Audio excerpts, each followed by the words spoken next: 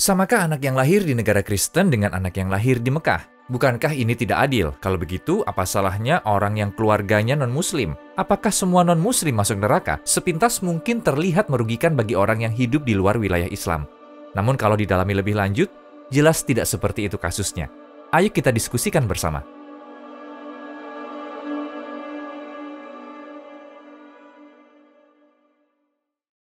Tinggal di wilayah tertentu bukan syarat utama iman. Ada banyak contoh untuk ini. Misalnya, banyak dari kalian yang tahu kisah Nabi Musa alaihissalam. Musa adalah seorang nabi yang tinggal di rumah Fir'aun, seorang tiran yang mengaku dirinya Tuhan.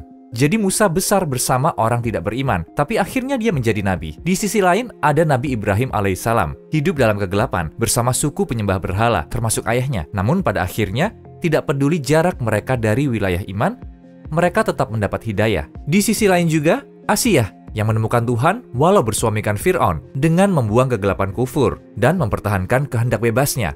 Jadi bayangkan, bahkan seorang istri Fir'aun sekalipun bisa beriman. Mari kita lihat sebaliknya. Abu Lahab, paman Nabi Muhammad SAW, seseorang dengan jarak terdekat ke Nabi, tidak lantas memilih beriman, walaupun jaraknya dekat dengan sumber hidayah.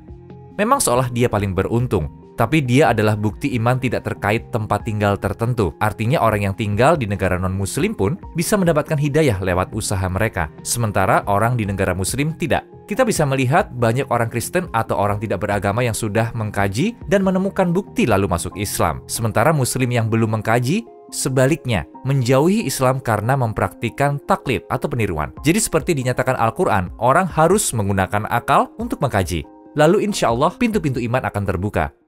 Manusia itu sifatnya ingin tahu, hal-hal kecil sekalipun dipikirkan.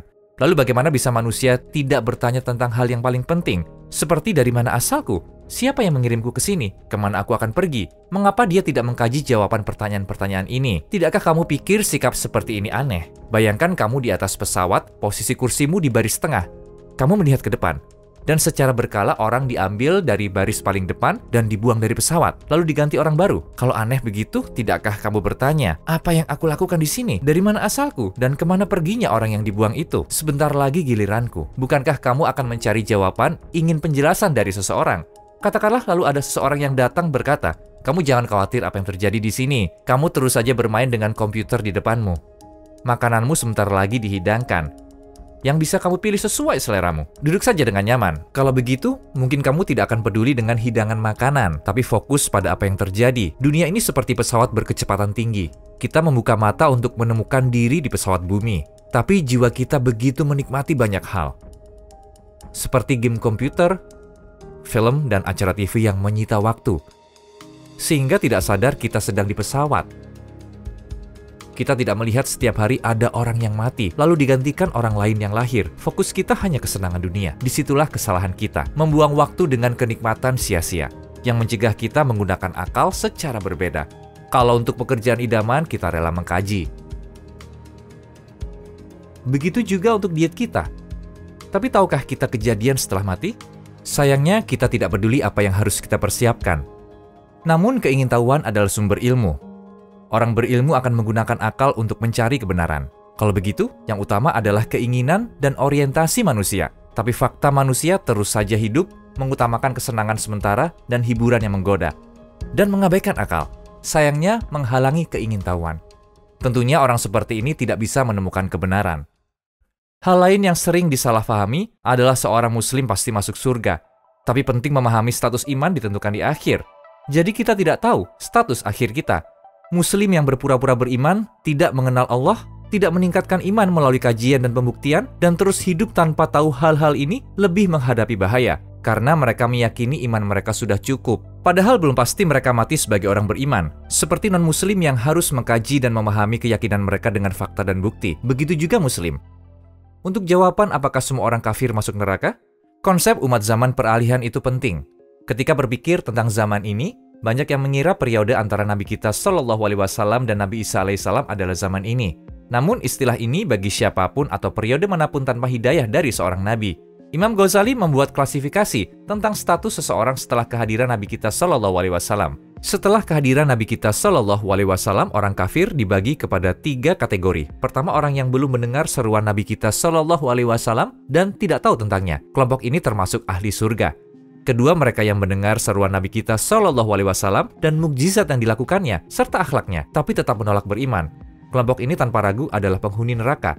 Ketiga, kelompok di antara yang pertama dan kedua.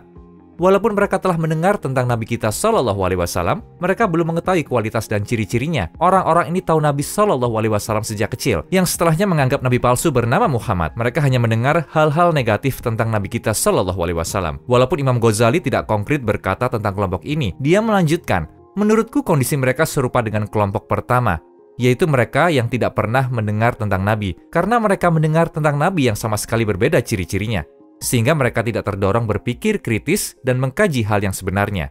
Ketika melihat alam semesta, kasih Allah terlihat begitu terperinci. Kebutuhan setiap makhluk dipenuhi dengan kasih dan sayang.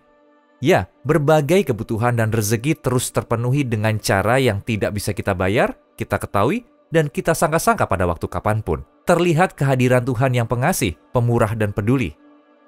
Kalau begitu, dia pasti memahami situasi setiap orang, terutama yang paling dikasihinya. Ketika terkait esensi dari iman, dia akan tanpa keraguan mengasihi mereka dengan adil. Kalau begitu, kita harus mengingat hal ini, mengingat Allah itu Maha Pemurah. Bisakah Allah kejam kepada orang yang kamu kasihani dengan simpati?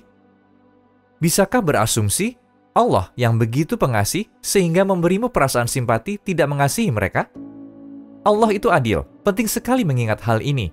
Harusnya tidak diragukan bahwa dia akan menilai secara adil di mahkamah akhirat untuk kasus mereka. Menurut informasi ini, jika seseorang diuji dan bertanggung jawab sesuai kemampuan mereka, kita harus bertanya, sudahkah aku menggunakan peluangku? Sudahkah aku memenuhi tuntutan yang dibebankan kepadaku?